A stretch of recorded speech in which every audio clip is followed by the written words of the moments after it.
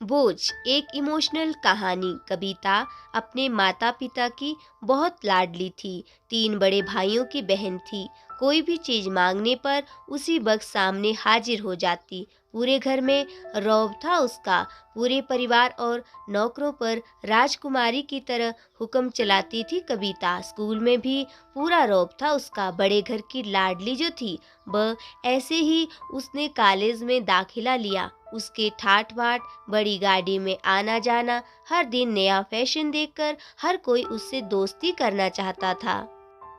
थोड़े ही दिनों में उसके बहुत से दोस्त बन गए।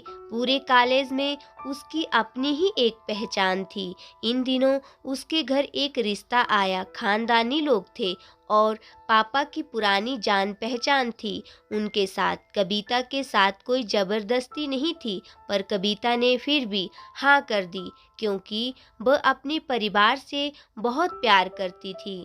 वह जानती थी कि वह लोग उसका अच्छा ही सोचेंगे। लड़के का नाम राज था। राज काफी पढ़ा लिखा और समझदार लड़का था।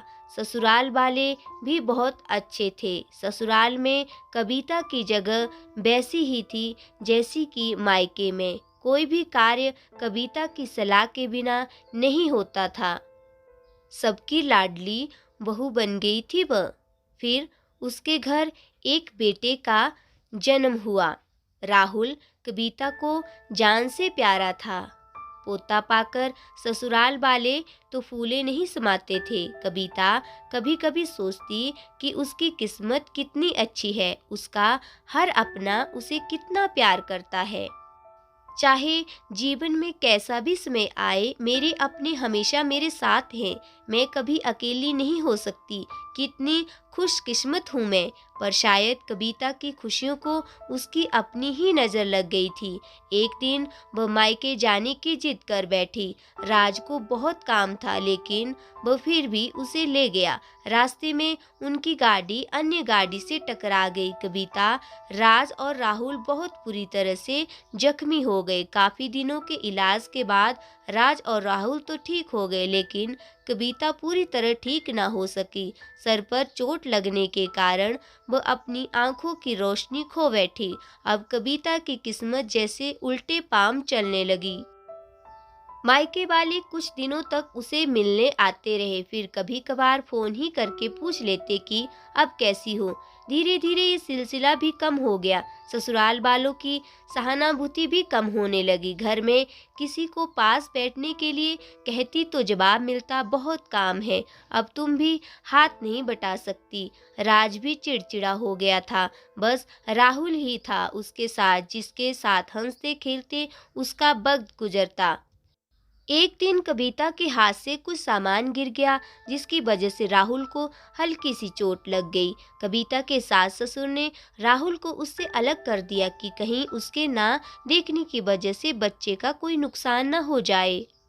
कविता अंदर से टूट चुकी थी। एक दिन उसने सबके सामने मायके जाने की इच्छा रखी, तो राज उसे तुरंत मायके छोड़ आया, जैसे कि वह भी यही चाहता था। लेकिन राहुल को उसके साथ नहीं भेजा गया। कविता कभी राहुल से दूर नहीं रही थी, पर अपनी कमी के कारण उसने ज्यादा बहस नहीं की। कविता को लगा कि वह 3-4 दिन वहां रहेगी तो थोड़ा हवा पानी बदल जाएगा, क्योंकि वह कितने दिनों से कहीं भी बाहर नहीं गई थी। घर वाले भी इतने दिनों बाद उसे देखकर कितने खुश होंगे। कविता के घर पहुंचने पर सब लोग बहुत खुश हुए। खाने में सब कुछ कविता की पसंद का ही बना था। उसने अपने मम्मी पापा और भाई भाभीियों से दिल खोलकर बातें की। उनके छोटे छोटे बच्चे भी बुआ के साथ घुल मिल गए थे। रात को सोने के वक्त जब वह कपड़े बदलने लगी, तो उसे पता चला कि उसका बैग तो बहुत भरा हुआ था। वह सब समझ गई। वह बहुत उदास हो गई। कुछ दिनों तक तो सब ठीक रहा, फिर जैसे सब बदलने लगा, सबका व्यवहार बदल रहा था। वह लोग जैसे थक चुके थे उससे। सब लोग घुमा फिरा कर पूछने लगे कि राज कब आ रहा है, उसे ले जाने। वह बहाना बना देती, जबकि वह जानती थी कि उस घर में अब उसके लिए कोई जगह नहीं। कविता से चलते वक्त कुछ न कुछ नुकसान हो जाता, थोड़ी बहुत टोका टाकी उसे सुनाई देती, वह टाल देती। एक दिन उसके हाथ से लगकर एक कीमती फूलदान टूट गया। छोटी भाभी ने बहुत हंगामा मचाया। कविता के माता पिता रोज रोज के झमेले से तंग आ गए थे। उन्होंने राज को खुद से फोन कर दिया। राज कविता को अपने घर ले गया। कविता को अपने परिवार वालों से ये उम्मीद ना थी। जिस कविता के कहे बिना घर में एक पत्ता भी नहीं हिलता था, उस घर के लिए वह अब बोझ बन चुकी थी।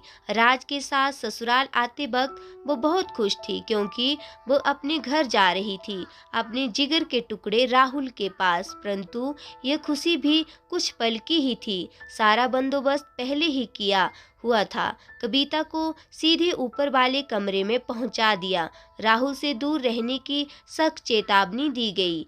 एक काम वाली लता को उसकी जिम्मेदारी सौंपी गई, जो उसके खाने पहनने जैसी जरूरतों का ध्यान रखती। कविता ज्यादातर चुप ही रहती। कभी कभी काम वाली लता से थोड़ा बतिया लेती। उसके जरिए राहुल का पता चल जाता। सबकी लाडली बेटी और बहू सबके लिए लाडली से बोझ बन चुकी थी।